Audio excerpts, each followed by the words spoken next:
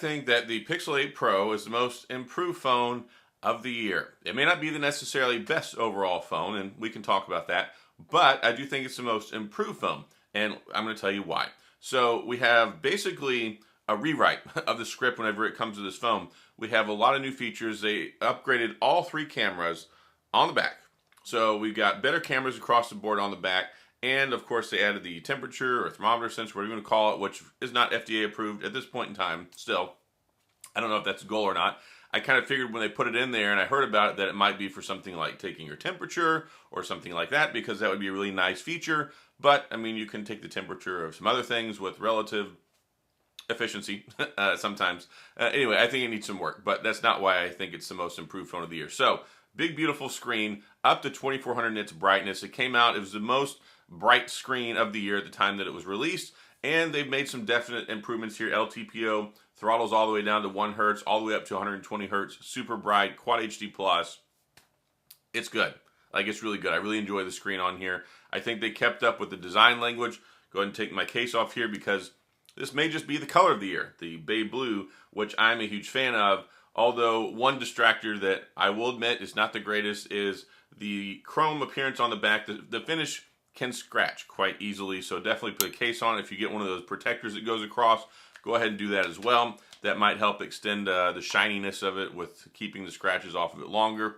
We got the Google Tensor G3, which improved a lot of things in the phone. A lot of the big complaints that most folks had with the Tensor G2 was, well, the Pixel 7 series was the Tensor G2, and it just wasn't as good as we had hoped that it would be. Now, it was good for day-to-day stuff. It was good for most multitasking. It was great for all the AI stuff and the photography on the phone. That was good, but it was kind of limited in other areas like battery life, heat management issues, and standby time. And those were big complaints that I said they needed to fix with the Pixel 8 series, and they did. The Tensor G3, you get better battery life. It's still got a 5,000 milliamp battery. It'll get you all-day battery, at least in my cases.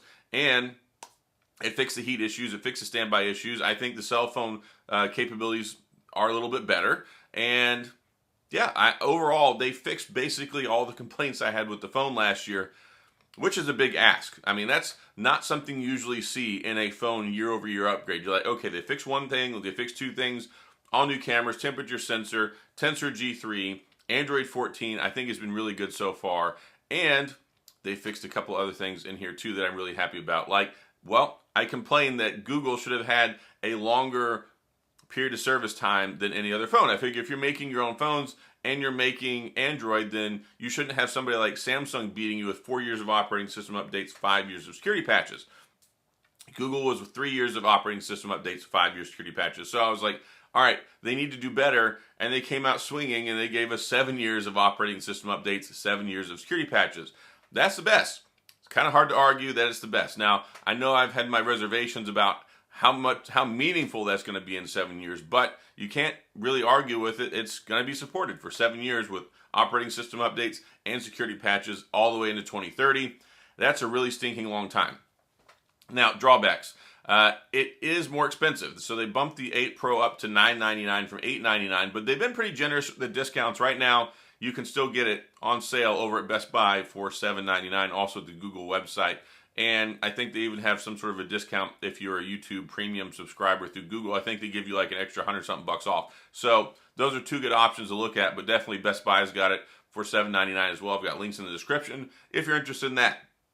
So they could have also improved the storage speed. I would have liked them to go from the UFS 3.1 to UFS 4. I think that could have helped out a little bit too. But overall, it's seamless. It's got a great day-to-day experience. It's got I like the design. I like the way that the Google Pixels look. I think they stand out. I think they found a way to create an identity for themselves with all these other slab smartphones out there on the market. So I like that. I think the speakers are pretty good. I would like to see them improve the charging speed because the charging speed still isn't on the fastest side, but that will help preserve the battery life and the charging over the longevity of the phone. So that's also good. Also, I want to talk about AI. We've got all the AI stuff. It's supposed to be the smartest smartphone out on the street. We just got new updates for it, and there are going to be more updates because as soon as we get the Google Bard integration, we just got the Gemini Nano AI incorporated in there that gives you advantages on smart replies and some other things as well. So, sorry, I'm just drawing a blank on that one.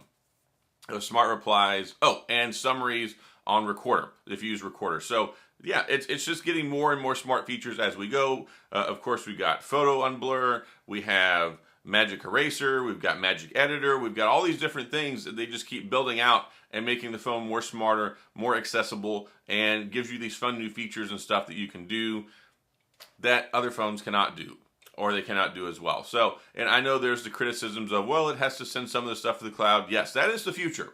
Like, we're not at a point where the silicon on these phones can do everything that needs to be done from an AI perspective. AI requires very, very, very powerful chipsets, and the Tensor G3 is a powerful chipset, and I've really enjoyed using it. But it's what we call edge AI, edge artificial intelligence that we have here, and then what it does is it sends that to the cloud AI. So this is like a terminal, and it starts and initiates it, and it breaks it down into more manageable pieces and sends the instructions to the cloud AI for those more advanced tasks. And we just got video boost for the Pixel 8 Pro as well. So yeah, they're making a good case for themselves, as I think it's the most improved phone of the year. And I think probably most people would agree with me in that department. Better screen, better cameras, better battery life, better chipset, better AI, better, like, better across the board, better support, 7 and 7. And I just don't know of any other phone that's out there on the market that has improved so much in just a year-over-year iteration. And I know I've had a lot of appreciation for what we've got with the Snapdragon 8 Generation 2. It's fixed a lot of phones.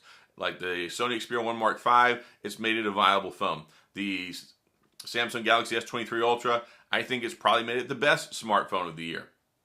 But for most improved, I think that Google really deserves this one, and I think a lot of people could probably agree with that. Even people who don't like the phone. And I know the Google Pixel phones, they have their critics. I know people are very vocal about them, and there's a lot of people who really like these phones. I like them, and I think that they're good phones. I think they offer good value. It's still $200 cheaper than the S23 Ultra at the MSRP bracket, and if you look at it being $799 on sale right now, that's a pretty darn good deal for what you get in all of this package. So I think it's pretty easy to give it the thumbs up and say most improved phone of the year.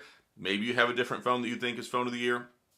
Maybe you think you have a phone that's different, most improved phone of the year. But I think that taking a look at the numbers, and I may have even missed one or two things here. And there's just so many things that have been improved here. And I've really appreciated the Tensor G3. I think they've done a good job with it. And I think that it stands out on its own from other chips that are out there. And it gives us the AI horsepower. It gives us the day-to-day horsepower. And it really makes it a seamless day-to-day experience. You can pick this phone up, use it next to the S23 Ultra, use it next to the iPhone 15 Pro Max, and there's no meaningful difference in day-to-day usage in these phones in pretty much any way other than just some variations in battery life. And it takes some fantastic pictures. Of course, it does 4K video front and back. So yeah, for me, Pixel 8 Pro, most improved phone of the year, and well, that's pretty much it. So let me know what you think. Let me know if you agree, disagree. Let me know what your thoughts are down in the comment section. We can discuss this. And if you enjoyed the video, as always, please hit the like and the subscribe button, little notification bell, all that jazz. You want updates when new videos come out. And as always, thanks for being here. I appreciate you watching, and I'll see you guys next time.